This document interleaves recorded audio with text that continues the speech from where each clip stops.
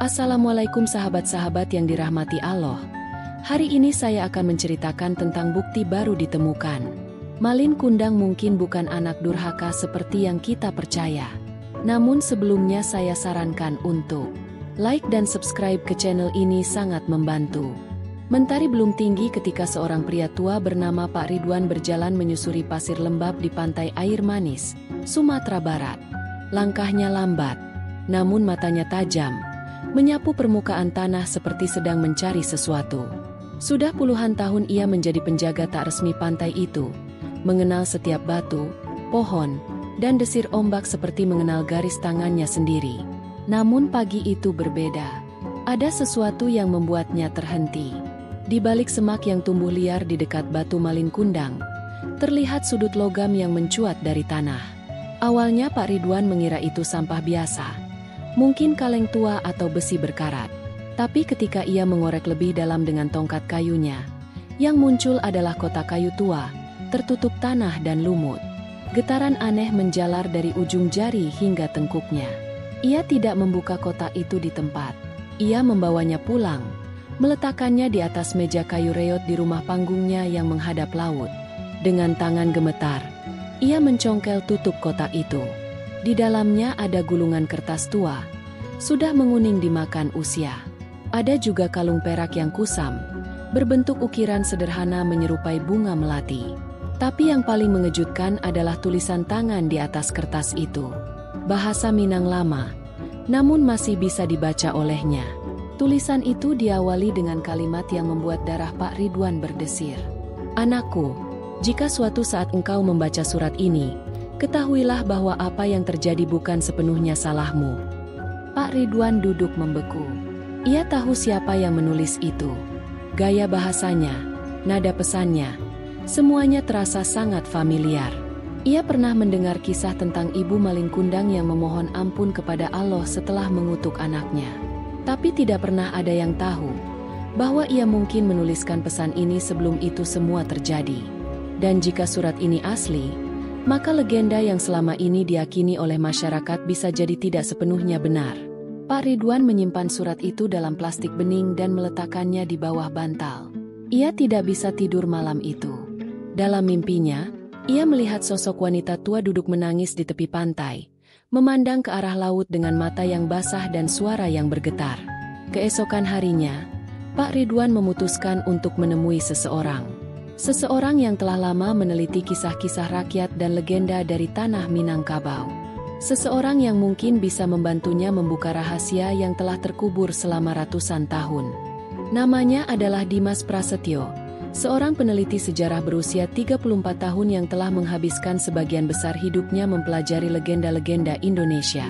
Ia bukan orang yang mudah percaya pada mitos, tapi bukan pula orang yang gegabah menolaknya.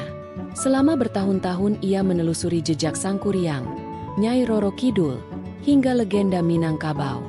Tapi ada satu kisah yang selalu membuatnya gelisah, kisah Malin Kundang.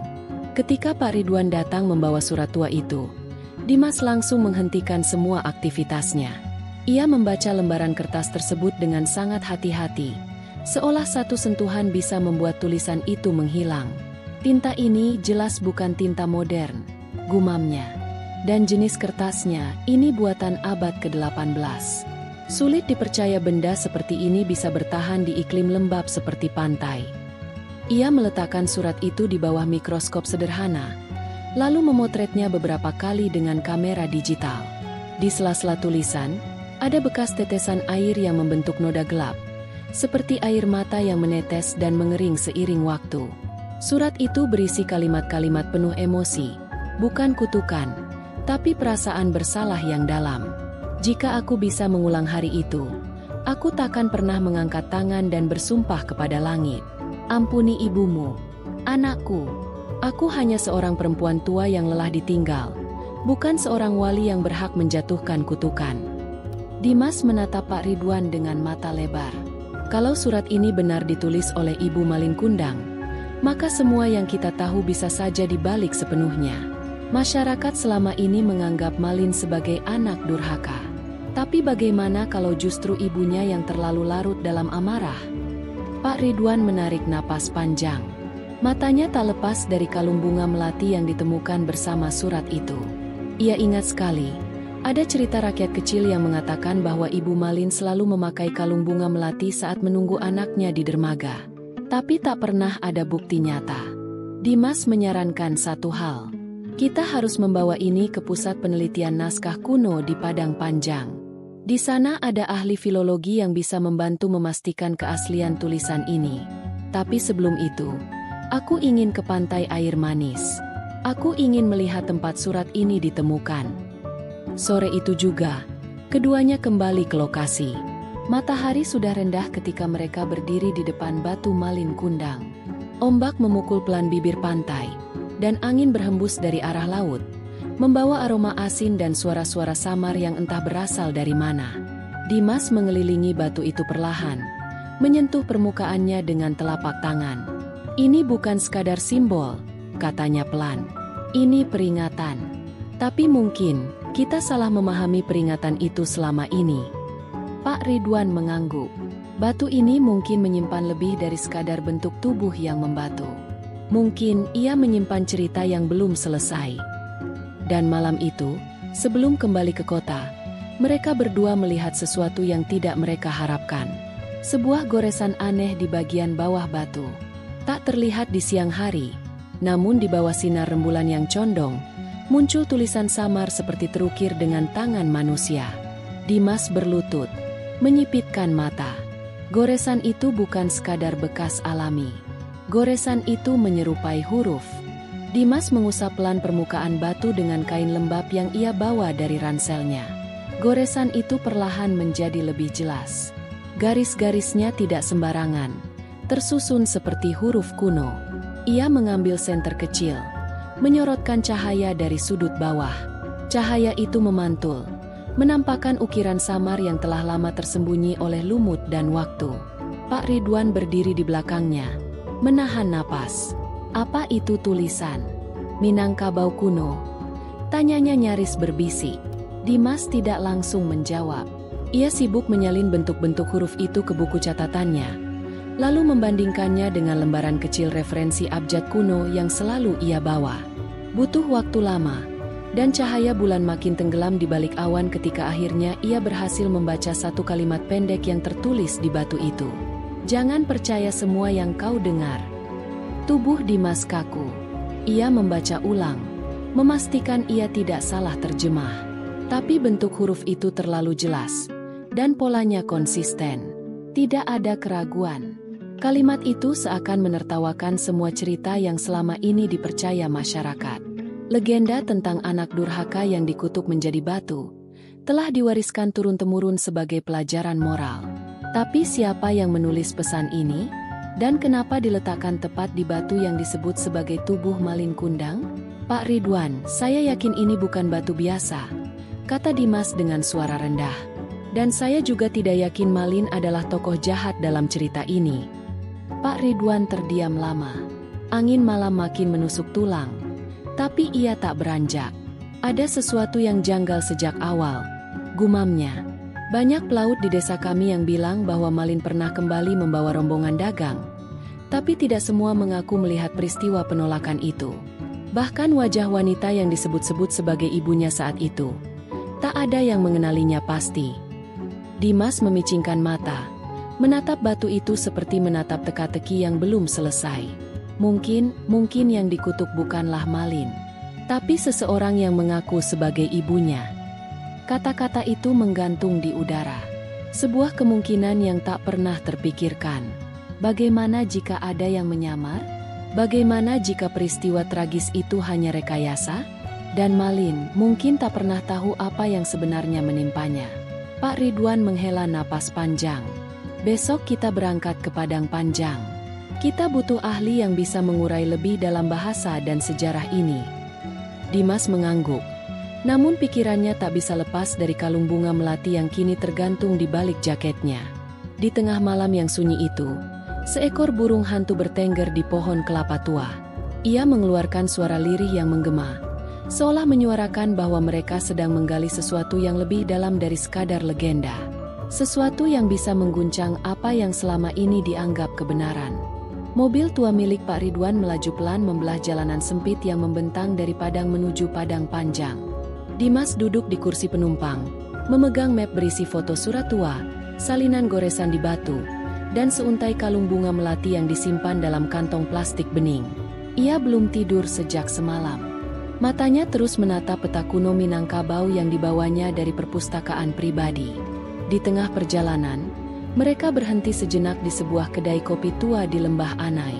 Di dalamnya, seorang pria tua sedang menyusun buku-buku tua di rak yang sudah lapuk. Dimas langsung mengenalinya dari foto yang pernah dilihat. Profesor Guntur, ahli aksara dan sejarah Minang yang sudah lama menghilang dari publikasi ilmiah. "Aku dengar kalian mencari kebenaran di balik Malin Kundang," ucap pria itu tanpa menoleh. Pak Ridwan dan Dimas saling berpandangan. Dimas maju mendekat, membuka mapnya, dan menyodorkan salinan goresan dari batu serta surat tua itu. Profesor Guntur memandangi tulisan itu lama. Lalu ia bangkit, membuka rak paling bawah, dan menarik satu buku lusuh tanpa sampul. Ia membukanya ke halaman tengah dan menunjuk ke sebuah kalimat. Dalam catatan tua para saudagar Minangkabau, disebutkan bahwa pada tahun 1752, seorang pemuda berdarah campuran Minang dan asing kembali ke tanah kelahirannya dengan membawa kapal besar dan harta melimpah. Namun tak lama setelah itu, terjadi insiden di dermaga yang melibatkan seorang perempuan tua tak dikenal, yang kemudian menghilang secara misterius. Dimas merasa napasnya tercekat. Perempuan tua tak dikenal. Profesor Guntur mengangguk. Dan perhatikan satu hal lagi. Nama asli pemuda itu sudah dihapus dari banyak dokumen. Ia membalik halaman lain, menunjuk sebuah bagian kosong pada lembaran arsip. Di sana, jelas terlihat adanya bekas-bekas pengikisan, seperti nama yang sengaja digores hingga tak terbaca. Di bawahnya, hanya tertulis satu catatan tambahan, tidak boleh disebut lagi. Pak Ridwan menunduk. Apa mungkin ini bagian dari upaya pengaburan sejarah? Bukan hanya mungkin, jawab Profesor Guntur tegas. Saya percaya ada seseorang, atau sekelompok orang, yang ingin menjaga versi tertentu dari cerita ini tetap hidup. Mereka menulis ulang kisah Malin Kundang agar sesuai dengan pesan moral yang mereka inginkan. Tapi dokumen seperti ini kadang lepas dari pengawasan. Dimas menggenggam mapnya erat. Kalau begitu, cerita tentang anak durhaka bisa saja adalah konstruksi. Bisa jadi, Malin pulang dan dijebak, atau bahkan dia tidak pernah menolak ibunya. Profesor Guntur menatap Dimas dalam-dalam. Kalau kau benar-benar ingin membuka semuanya, kau harus ke Lubuk Begalung. Di sana, ada sisa pemukiman tua yang dulu jadi tempat tinggal keluarga pedagang pelaut. Mungkin, di sana kau akan menemukan sesuatu yang selama ini disembunyikan dari sejarah. Angin dari Lembah Anai masuk melalui jendela, membawa aroma dedaunan basah dan suara air terjun yang mengalir tak jauh dari sana. Dimas memejamkan mata sejenak. Ia tahu, setelah ini, tidak akan ada jalan kembali. Setelah perjalanan panjang yang penuh dengan pertanyaan dan misteri, Dimas dan Pak Ridwan akhirnya tiba di Lubuk Begalung.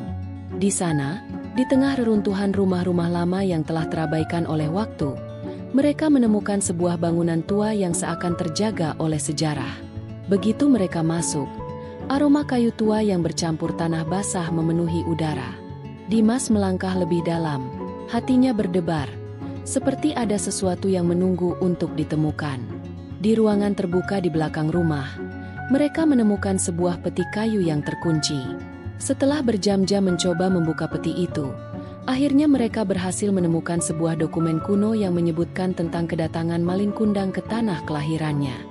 Di antara tulisan-tulisan itu, ada sebuah nama yang sangat familiar, nama sang ibu. Ternyata, sang ibu bukanlah seorang wanita biasa. Ia adalah seorang perempuan yang sebelumnya dijadikan sebagai simbol penderitaan, tetapi sebenarnya, dia adalah sosok yang begitu bijak dan penuh pengertian. Penolakannya terhadap Malin bukanlah karena amarah, melainkan karena keinginan agar anaknya tetap rendah hati, tidak terlena dengan kesuksesan yang datang dengan mudah. Dokumen itu menjelaskan bagaimana Malin sebenarnya tidak pernah mengabaikan ibunya, tetapi dipaksa oleh pihak luar untuk berpura-pura. Semua yang terjadi, kutukan, pengkhianatan, dan batu yang mengeras adalah akibat dari ketidakmampuan mereka untuk berkomunikasi satu sama lain dengan benar, dan akibat dari tekanan sosial yang datang dari luar. Akhirnya, Dimas dan Pak Ridwan memahami bahwa cerita ini bukan hanya tentang anak durhaka. Ini adalah tentang kesalahpahaman yang bisa terjadi ketika orang tua dan anak terjebak dalam pandangan dunia yang berbeda. Tentang betapa mudahnya sebuah kisah diputarbalikkan oleh siapa saja yang berusaha mengendalikan narasi. Di balik misteri yang terungkap, ada pelajaran yang begitu dalam.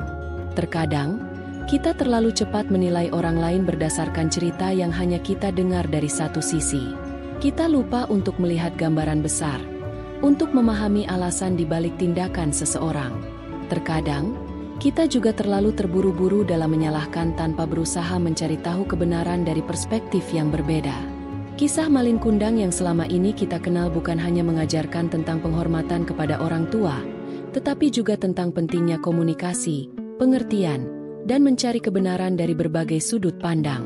Dalam setiap kisah, ada banyak lapisan yang menunggu untuk digali, dan hanya dengan keberanian untuk mencari kebenaran kita bisa menemukan hikmah yang sesungguhnya. Dan seperti itulah akhir dari petualangan ini. Sebuah kisah yang selama ini dianggap selesai, ternyata menyimpan banyak rahasia dan hikmah yang belum sempat kita temukan. Mungkin, itulah pesan yang sebenarnya ingin disampaikan oleh Batu Malin Kundang yang kini tidak hanya menjadi monumen sejarah, tetapi juga pengingat bagi kita semua untuk selalu mencari kebenaran dalam setiap cerita yang ada.